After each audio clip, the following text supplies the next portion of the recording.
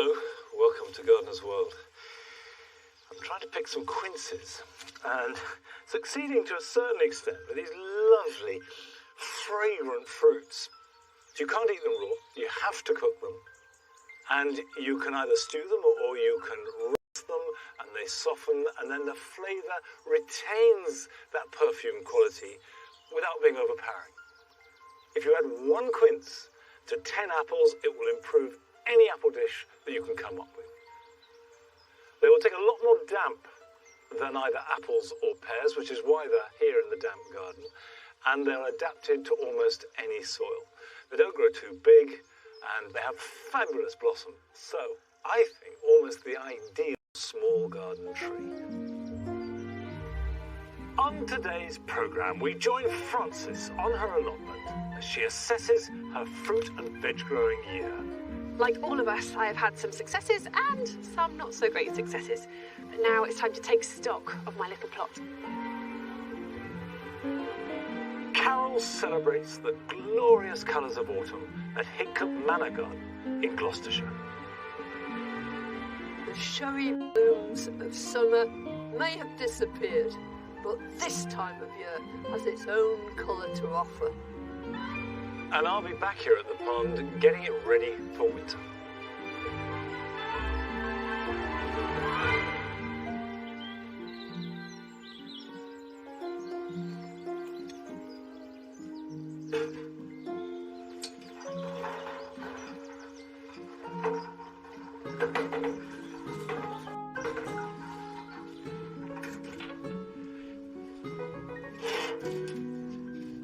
We have had torrential rain here at Longmeadow over the last few days. Now, I did manage to bring most of the succulents in. It was a very sodden process, but it was important because the one thing that all these succulent plants hate more than anything else is being watered on. They just rot off and die. And remember that succulents have evolved to store water in the leaves. So you can see this echeveria has got really plump, fat leaves full of moisture, and then they will draw on that as they need it. And I probably won't water them again until well into the new year. So if you're storing succulent plants like aeoniums or echeverias at home, put them on a bright windowsill or a porch, or if you've got a conservatory, that's fantastic. And don't water them. And try and enjoy them, because they'll still look really good in winter. This agave is really spiny, so I'm going to put that back like that, and that's in front of it. And I've created a little display for them. These are just plasterers trestles, scaffolding boards. I've raised them up high so I can get plants underneath. I've got displays down on the ground. I've got the streptocarpus flowering in the shade. They love that little corner.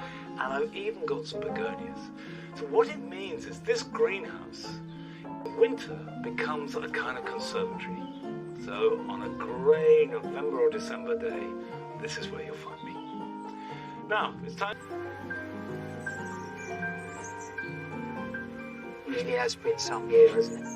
And I knew this garden was incredibly important to me, I suppose, and the family, but I didn't realise how important. And if you're anything like me, that space outside the back door has more or less become a sanctuary. The only funny thing is, I thought I'd get on top of the jobs in the garden. My list by now would be quite short, but it's not. I suppose on that note, let's crack on.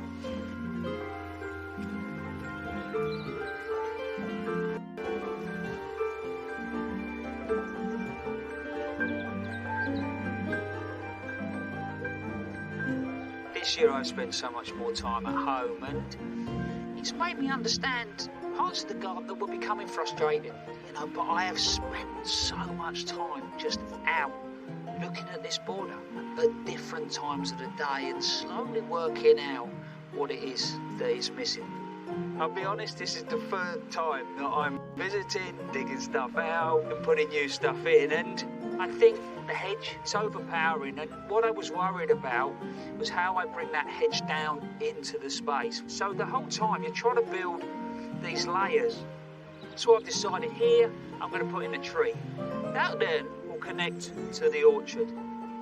Then I've got a pivot point to start building on. And I'm happy with it. The Agastache looks lovely. Eupatorium here, good late colour. Then if I come down a level, if you look in here, what's lovely about this, Jamsonia, just foliage just looks fantastic in the autumn. You know, it's quite willowy, so if you imagine as that matures, that then has a connection with the willow that's back in the border solution. So this is called Persicaria fat pomino. So they do look fantastic with grasses, semi-shade, quite happy, reasonable garden soil. This is going to look lovely against that Salix magnifica. All I hope is that this time next year I'm not digging it up and we're not having the same conversation.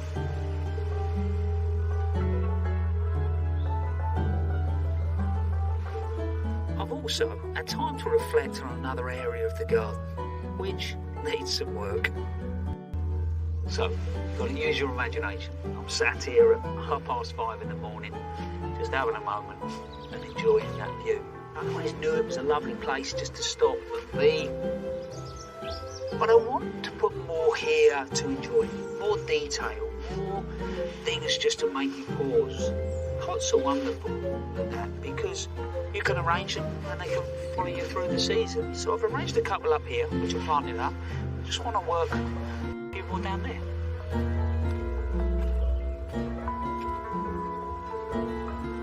I started off putting single plants in pots to create structure, much as you would in a border. That idea of using singular pots, you know, for me works incredibly well because as this season evolves and changes, I can just chop things out and in. And also you don't have to commit to your final piece of design because tomorrow morning, if I come out, it doesn't look so good, it doesn't matter. So if you've never really done pot displays, that's not a bad way to start. But at the same time, you know, you might just have 2 pots either side of a doorway, and it's nice to make a statement.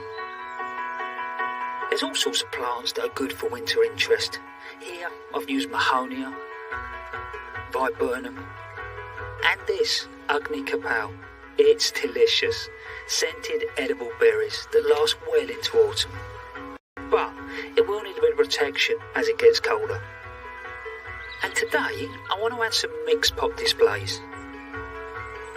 But I've chosen really with shape, form and leaf size in mind, you know. So the first thing I'm going to look to do is just arrange the plants. So this is a Sargococca. So this is Sargococca purple stem.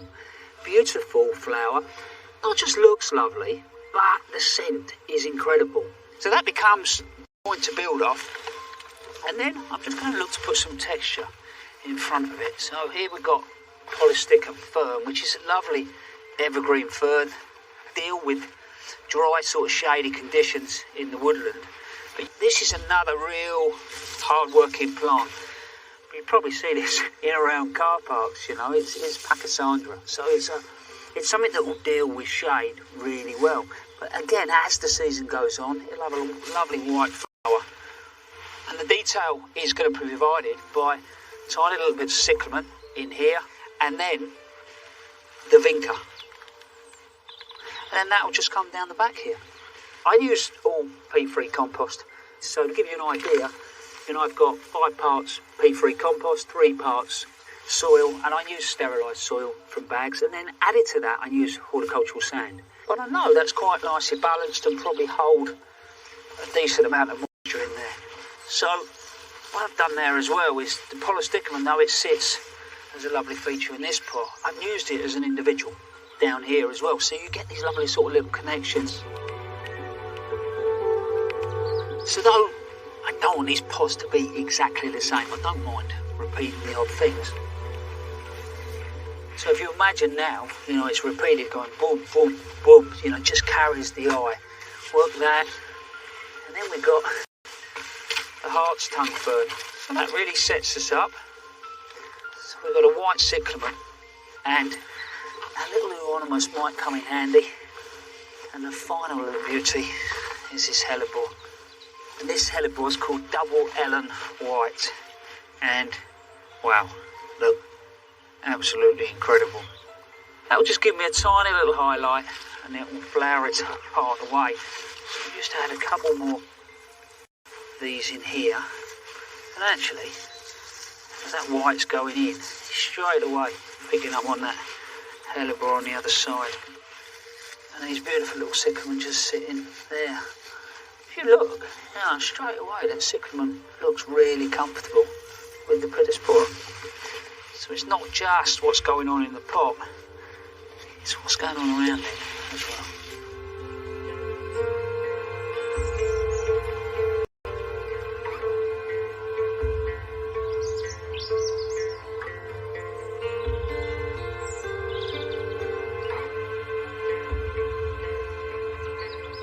So that one last detail. Can you imagine the old hostas are starting to go over now? But it's going to leave big voids, through the winter. So what I want to do is add just a few little crocus in patches, just in the lighter areas. They'll work happily in semi-shade. So they want to go in. It's a reasonably well-drained soil. About white well purple. Can you imagine by the time they've come up and they've done their business, they'll be fading away and the hostas will be back. So I think, you know what, even in the middle of January, wrapped up maybe with a scarf on, and it probably won't be 5 o'clock in the morning, but when it gets light, I'm going to come here, I'm going to have a moment, and I'm going to enjoy it.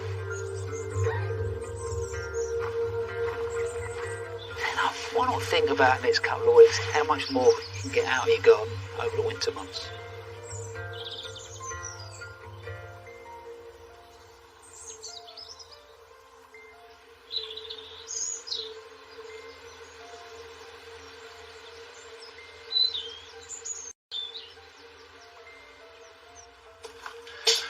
Well, Adam is right. There's certainly lots that you can do now to improve things in January and February. What you can do now, not for winter, but for next spring, is start to sow sweet peas. These early October sown ones, if you can store them, give you flowers as early as late May, if you're lucky, and certainly in June. And the reason for that is they make bigger, stronger plants, and that is the key to success with sweet peas. Now, I've got a batch here, some of which are old favourites, some of which I'm trying for the first time. We've got Cupani, the original sweet pea, brought in from Sicily at the end of the 17th century. And then I've got some new colours here. I've got Top Hat, which looks a sort of lovely, intense purple. But I've got a white one I want to start sowing here, which is a new one, Memorial Flight, which has really good fragrance and nice big flowers, which I'm going to plant out into the writing garden. Now, like all members of the pea family, sweet peas have a long root. So if you do sow them in a seed tray, you're going to have to transplant them very early. Much better to sow them either in a pot or a root trainer. And root trainers are very useful for this. I've had these for ages, so they're a bit fragile, but I'm trying to reuse them as much as possible. So what you do with root trainers is close them up, and they have a special container. And so the roots all grow downwards, are easy to get out, and then when you plant them out, immediately grow deep. And so you get a really strong root system. I just need to fill them up with soil. Any normal peat-free potting compost will do the job perfectly well.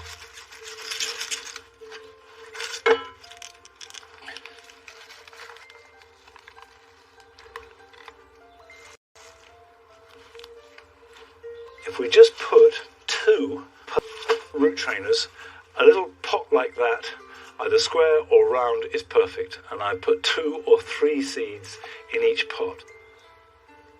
What I like to do is sow some in October, and then I have another sowing in February, and they're ready to plant out perhaps a month or so later. Now I just push down the seeds so that they're firmly in the soil. So if I just cover those over, just sprinkle them over with a bit of compost like that, I will give these a good soak and put them in the greenhouse. They don't need any bottom heat. They will germinate at quite low temperatures, and you'll start to see the little shoots appear in about a week to 10 days. Grow them on until they're a couple of inches tall, and then they can spend the winter in a cold frame is absolutely ideal, or a cool greenhouse. Probably best not to leave them outside. Water them occasionally, but leave them over winter. They're not going to grow much. But then, next February, they will start to show signs of growth. Grow them on, and then they can be planted out directly from the root trainer or the pot in April. Now, it's time to visit the first of your gardens. And this comes from Anya Bark in Warsaw, in Poland.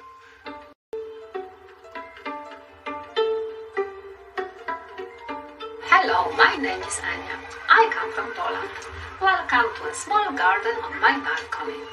I live in a block of flats in Warsaw, the capital of Poland. We are on the 4th floor, so you can see here a net protecting our cat. And here you can see a special window for our dog. I love gardening. This spring I spent a lot of time at home working remotely, and I decided to arrange this little space in a completely different way without typical flowers. For example, in these hanging flower pots, I'm growing only perennials for the first time, and I hope they will survive winter. These are grasses, succulents, and some ground cover plants. What I really like about them is the variety of leaves. They have different sizes, shapes, and structures. Although I have no blooming flowers, my garden is full of color all summer long. I'm especially proud of my collection of colleus. I'm growing them on cuttings. I absolutely love them. They look beautiful, showy, and grow so quickly. I wish more people knew about them. It's easy to calm down and relax when you see green plants all around you. My garden makes me happy. I would like to thank you for your patience. I'm still learning English. Greetings from Warsaw. Take care of you. Bye-bye.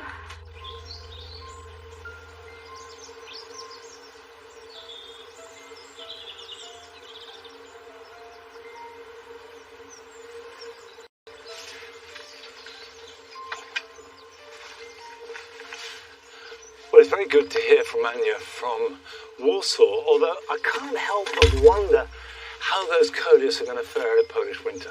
Perhaps you'll let us know, Anya, next spring. Now, a little job that actually can't just be done today in preparation for winter, but can begin, is taking stock of the pond now that we're well and truly in autumn.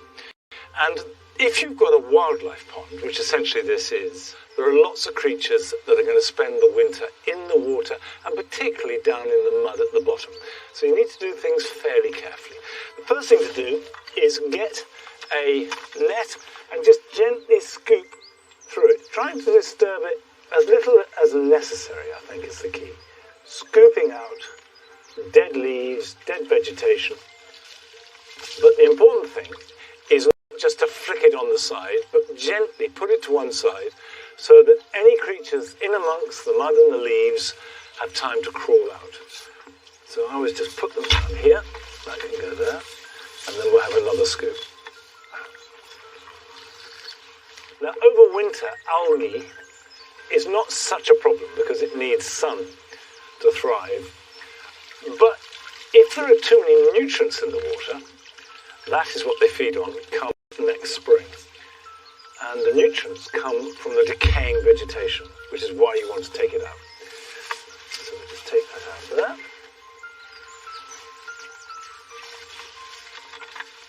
The other bit of kit which works very well with ponds is a standard wire rake. And what I'm going to do is go in with this. There we go. There's a lot of gubbins in there. There we go, look at that. All this material here, I can cut back. And I'll just put that down.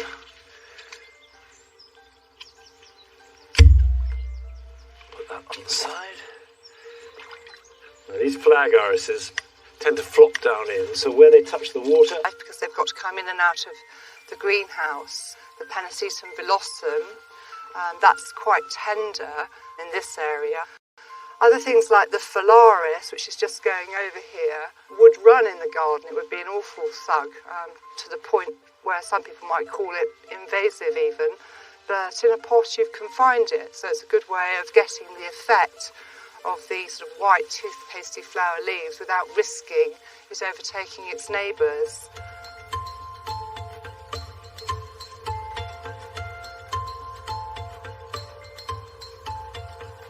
Grasses work very well with a lot of flowering perennials. I think the traditional ones are always daisy-shaped flowers, so you can use chocolate cosmos, which will give you a nice extended period of flower. Asters work very well in planted borders, especially with some of the taller grasses. I like to use quite a lot of Posicarea. Anything really that you might imagine would grow naturally with a grass in the field is often a good way to look at it. Personally, I love self-seeders. I wouldn't be without them, and I wouldn't have the garden that I've got without them. I can understand they might be a nuisance for some people, and if they are, then perhaps they should look to either grasses that are sterile, the Callum grostis, or go for something like Miscanthus sinensis, which is a warm season grass that won't actually be able to develop the seed and ripen the seed because our growing season is so much shorter. So I think there are other ways of dealing with the problem than not growing them at all. All the Callum grostis and the Miscanthus here has been subdivided. So the plants have been grown for over 2-3 years. We started with about tens of each of them, but we needed hundreds to do the planting. But you can get 10-20 plants out of each plant.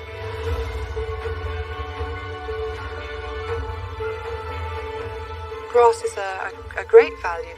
They don't have sort of one look. They go through 4 seasons of interest, and then they thin to an ethereal sort of ghostly skeleton of their summer self.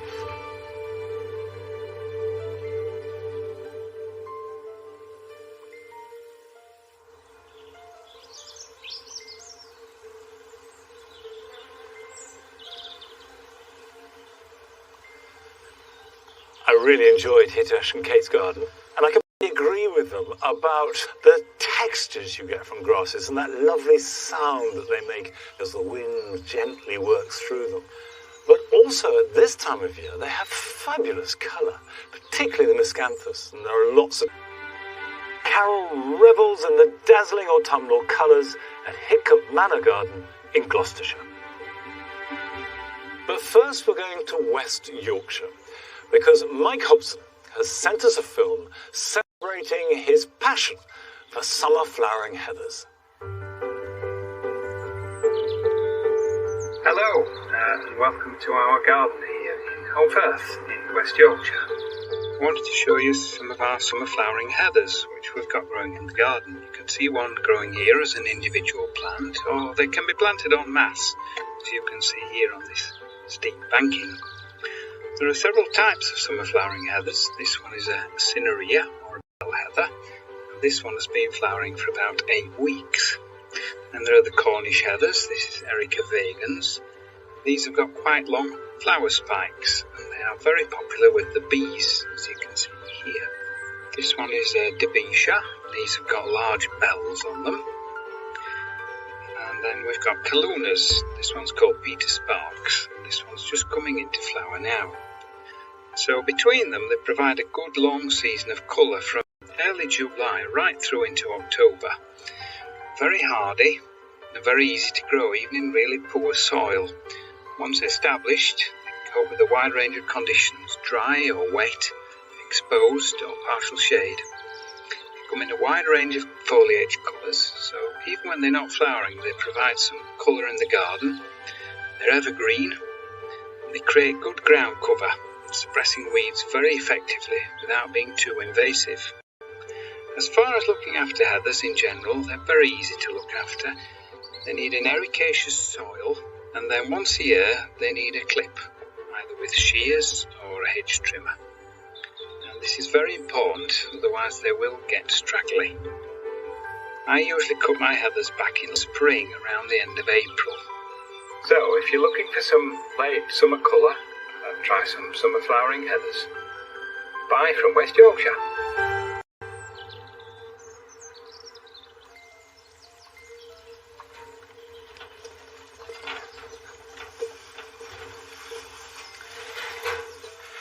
It is worth repeating what Mike did say, which is that you need ericaceous soil for heathers to thrive. That means it's acidic. If you don't have ericaceous soil, which we don't here, I can't grow them, you could, of course, buy ericaceous compost and then grow them in a container. Now, October is a good time for pruning most roses, but particularly climbers. And I say rambling roses to be pruned immediately after flowering, so usually that's July or August. Whereas climbers produce their flowers on new growth. So you can prune them as hard as you like, they will regrow, and that regrowth is what flowers next year. Now this is a noisette rose, which is Madame Alfred Carrière. And noisettes have this very lax growth. You can see that it's sort of flopping away from the wall. And if I didn't prune it, it would just get sprawlier and sprawlier, but in proportion to the rose itself, fewer and fewer. So in order to make it look good, it is important to prune it quite hard. So we'll start here, and I can go right back, like that. I can pull that out. So we cut these back at the base.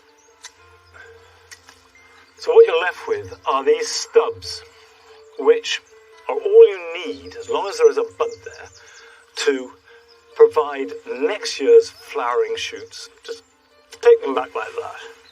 When you're pruning any rose, try and think of the skeleton that you want it to look like when you've finished. If you hold that in mind, then you can cut back into that. Right, can you see this area here? We've got the beginnings of a tangle of growth. Wherever possible, you want to try and avoid having any branches crossing any others. So they should all splay away from each other. And wherever you have branches rubbing against either other branches or the wall or a wire, infection and disease and fungus can get into the wound. So I'm going to take this right out. I'm going to go right back to there. I will cut back to here, like that. This is not something that you should rush at. Take your time. And if you make the wrong cut, the great saving grace of climbing roses is that they grow back incredibly quickly. Now, it's time to join Frances on her allotment, where she takes a look back at this growing year.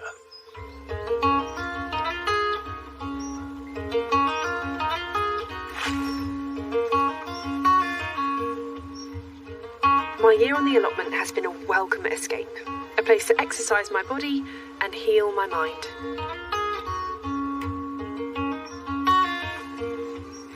Like all of us, I have had some successes and some not so great successes, but now it's time to take stock of my little plot.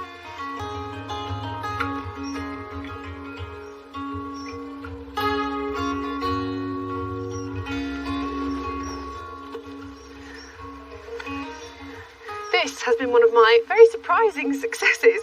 This is the lemongrass that was in my greenhouse last year. And then this winter, Storm Dennis knocked down my greenhouse, leaving this non-hardy plant exposed to the elements. But luckily, it was very, very mild last winter. So rather than take my chances with this winter, because we don't know what that will bring, I'm digging it up. I've removed all of the horsetail from the roots and put it in a pot, and I'll take it home and put it indoors, where it'll be safe and warm, ready for planting out next spring. That's a survivor, that one. And something else that's done very well is this. This is Prima Donna. It's a dwarf hop in its first year and in such a windy site. I'm actually really impressed with how well it's done. Now, flour is the all-important bit that you need for brewing. You can hear when it's ready by just crackling it, and it makes that lovely papery sound. Now, this is actually a bract that protects something called the lupulin glands, which are found inside, and you'll see that lovely yellow pollen-like substance, and that's where all the essential oils are that give beer its flavour.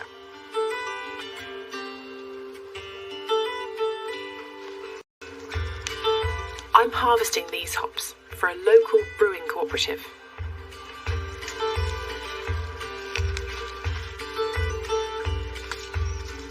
Or you could just cut down the vine and dry it to make a lovely autumn and winter decoration.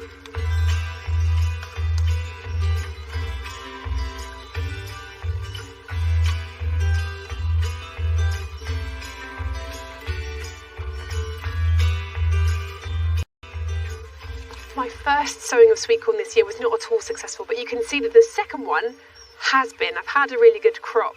Now this is Swift, and it's a really, really healthy plant with lots of good cobs on it. Interestingly though, they're all a lot shorter than they would be on a normal year. It's been very dry and obviously very windy, and that may have stunted them. You can tell when your sweet corn is ripe by these tassels on the top of it. Once they've turned brown, it's ready for picking.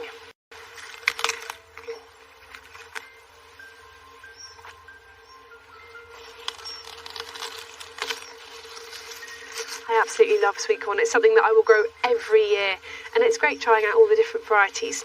But you might notice there's also some weeds growing in here, and I've let them stay.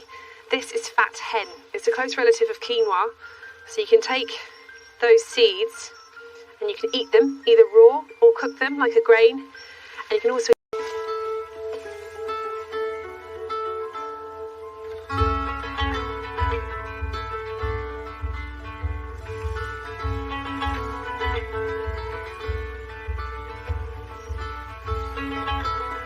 I'm still harvesting lots of veg.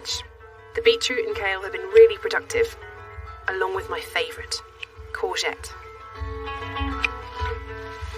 And this is called Floridor, and it seems to absolutely live for my allotment, which is rare actually for plants, but I have so many of them, and it's got even more still coming so late in the season, so I'm definitely growing this one again next year. But it's not all about harvesting at the moment. It's also about thinking about next year, and I am trying to save as many seeds as I can for next year's crop.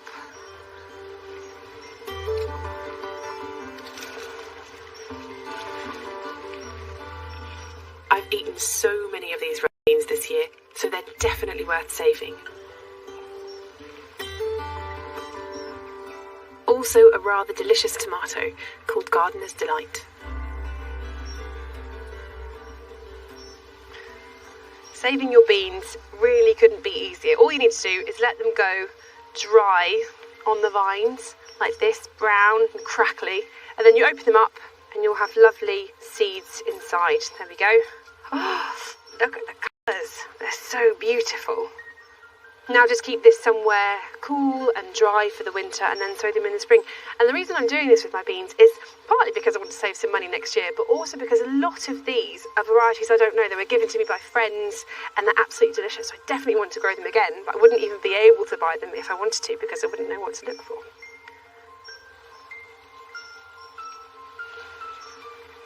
Another seed that I'm very keen to save this year is this humble tomato. I had it growing in the greenhouse last year and everything got blight, but this one self-seeded and grew all year and it didn't get blight, so I'm hoping it's a quite resistant variety, which means it will be a good one to grow next year.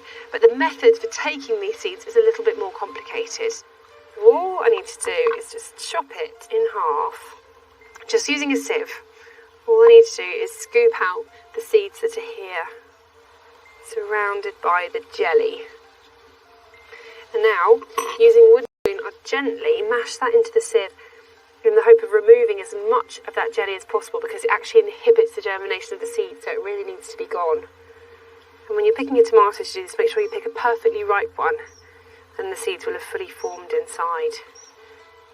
Now, to finally get this jelly off properly, I'm going to put all these seeds into water. There we go. Now I'll take that probably into the bed for a couple of days, and you'll see the jelly will just come off, and when there's a layer floating on the top of the water, you know it's ready. Sieve it off, put these seeds onto some kitchen towel to dry them, and then leave them nice and dry until next year when they're ready for sowing.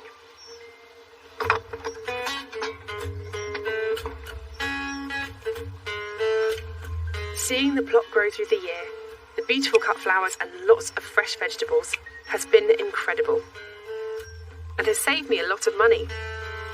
I think I've learned a lot too. Because of the weeds, I've developed a much more relaxed approach to vegetable growing, and the plots become much wilder for it, and that's something that's helped bring in an abundance of insects.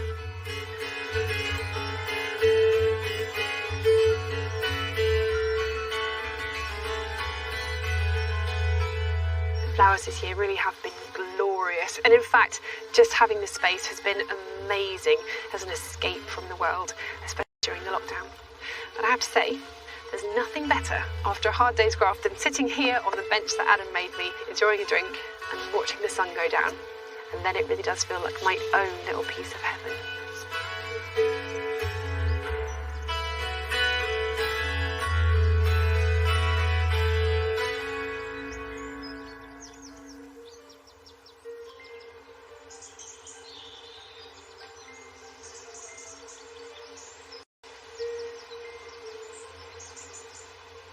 I do think when house prices are so high and gardens getting smaller and smaller, allotments are doubly important. And you can see from Francis, they're not just a place where you can grow a few veg, they are a whole horticultural experience. Now here in the spring garden, there is life, but most of it is under the soil, getting ready for the display that will begin just after Christmas and last through to the end of May.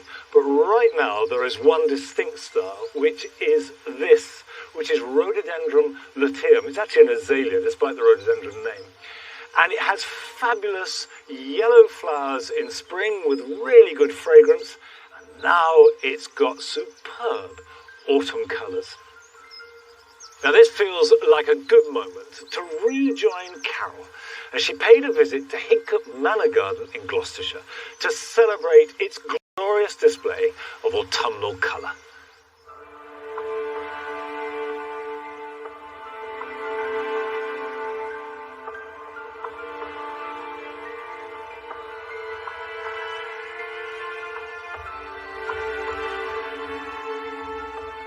The showy blue are very similar and they're really, really deep.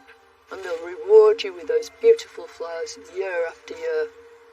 But right now, I'm down with the crocus and enjoying every moment.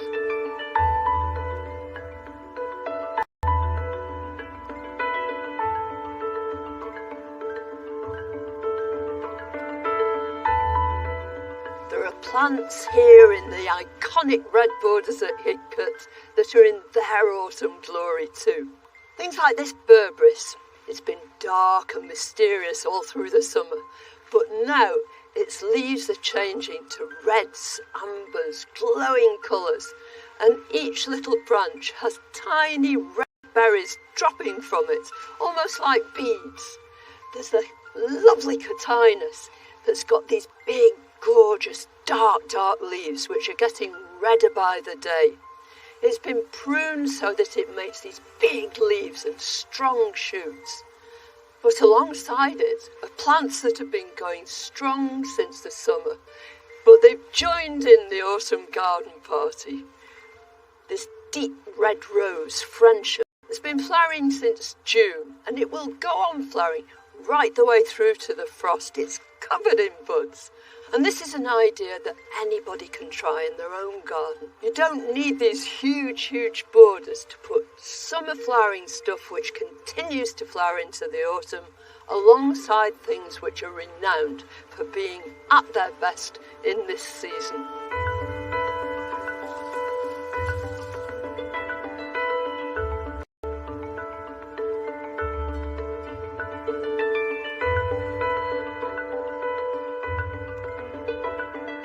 This garden's absolutely exquisite, and these beds are completely composed of plants which are tender, that have just been bedded out.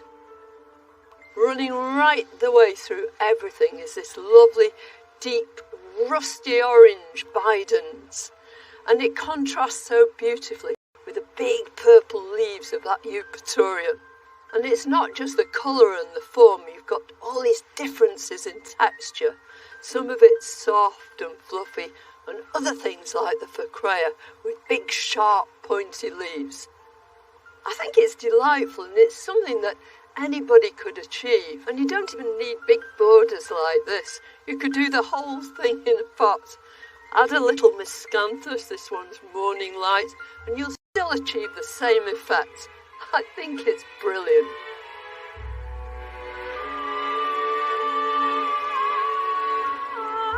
Choose our plants carefully.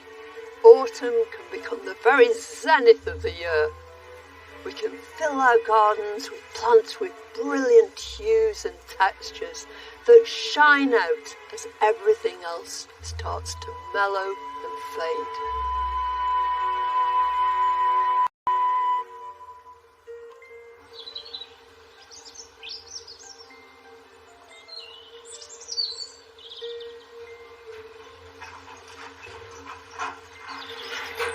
I've been to Hidcote quite a few times, but never in autumn. It certainly looks lovely. But one of my favourite autumnal displays are berries. And this is certainly the season of the berry. This time last year, I made this little berry bed. Obviously, the standout items are things like the Calicarpa with its tiny, bright purple metallic berries. We've got viburnums with blackberries, and now I want to add a few more. Nothing extraordinary, just some very ordinary plants, but really good both in flower and berry and easy to grow, and they're all Berberis. This, which is Berberis coreana, which is deciduous, got really bright green leaves in spring, which turn a good, rich, dark red in autumn. Now this will grow quite big, so I'm going to put this at the back here. That will rise up. The crucial thing about Berberis, although they will grow in sun, they'll grow in shade, they'll grow in clay, they'll grow in chalk, they do need good drainage. Now, whereas the Coreana will grow quite tall, I've got two really good compact varieties, very different. The first one is Berberis thunbergii Atropaperea nana, which is quite a mouthful for what is actually quite a small plant. Any plant with nana in its name means that it's small. It's got a dwarfing form. And that should form a low, compact mound in front. This is Berberis darwinii compacta. The evergreen foliage of compacta is quite firm and very prickly, and then it has orange egg yolk yellow flowers in spring, followed by black fruits. I'm slightly mound planting these, and when we talk about mound planting, it means that the surface of the plant in the pot is actually an inch or so above the surface of the soil, and then you form the soil around it, so it's on a slight mound, and then you can mulch to level it off. If it's a plant like this and needs good drainage and you've got heavy soil, it just raises it up a bit and stops it getting saturated. Roots like that in a pot, just a few little breaks, and that will encourage it to grow out.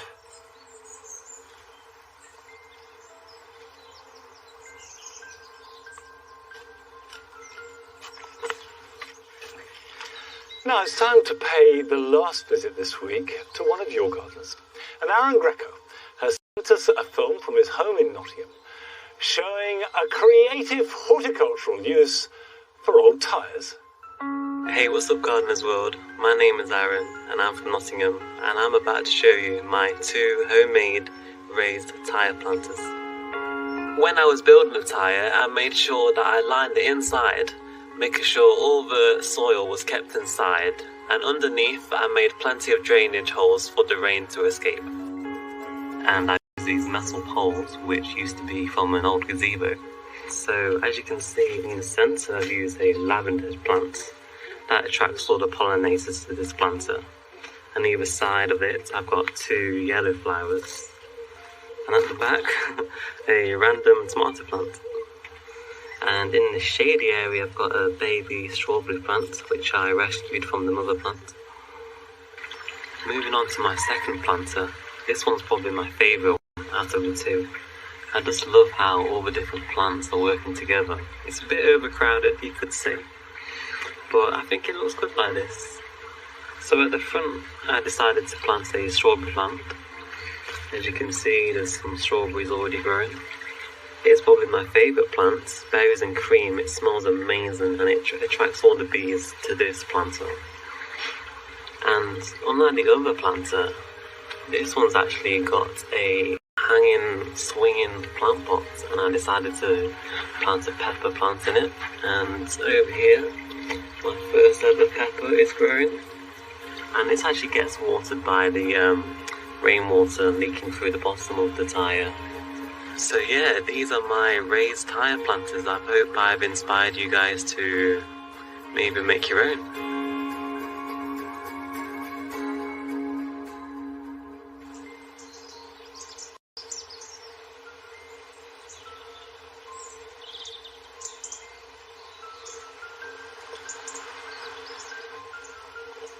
I really like Aaron's tyre containers, but just one word of advice is if you are going to make them like Aaron, then do line the tyres first with a non-permeable layer before putting in your potting compost.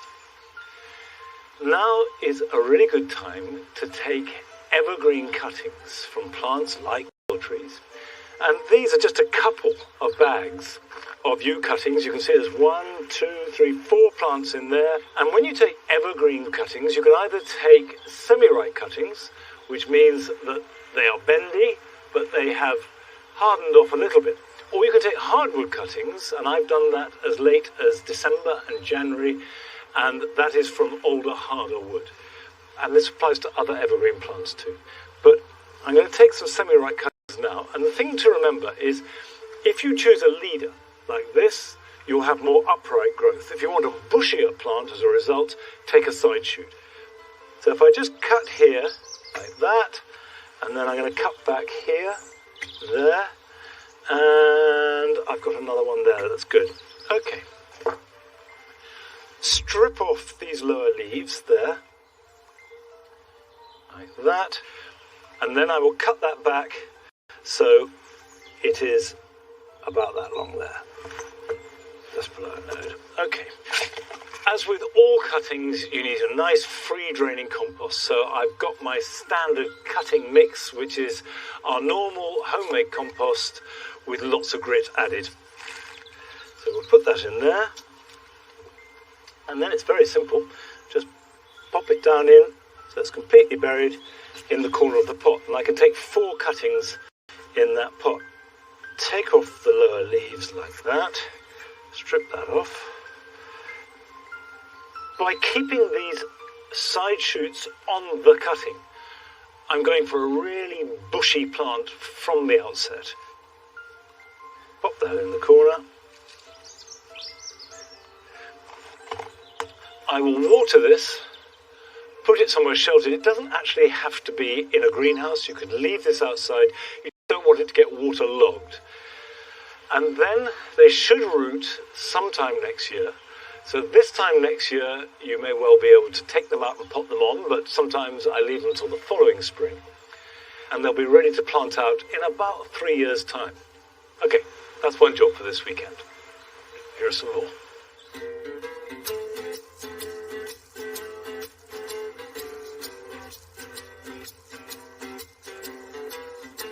If you took semi-ripe cuttings in August, such as these pelargoniums, it's a good idea to pot them on now. I did a trial using pure perlite and a gritty compost mix. Although the perlite worked perfectly well, I think the gritty mix worked even better. Divide the cuttings up and pot them on individually into a nice free-draining compost. Keep them somewhere warm. Brick and paved paths can become very slippery at this time of year. And a very simple way of dealing with it is to use sharp sand. Sprinkle a little onto the path and brush it in vigorously with a really stiff brush. And this remains effective. I love chicory, and this is a bed of Rosa di Verona, which is a radicchio, the familiar round, tightly packed ball of burgundy and red leaves. But to grow them, they go through 2 stages. You plant them out in May, And then they develop a mass of green leaves, which are completely inedible. They're very, very bitter. But they feed the taproot, which then produces redder leaves. And these old green leaves need to be taken off bit by bit, because the one thing that chicory hates is sitting with soggy leaves all around it. So I keep stripping them round so each plant has light and air.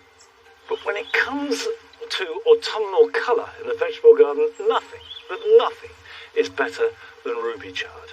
When the light shines through these cherry red stalks, it glows like a cathedral window. And they're really good to eat too. Well, that's it for today. I'll be back here at Longmeadow at the same time of 9 o'clock next week. So until then, bye-bye.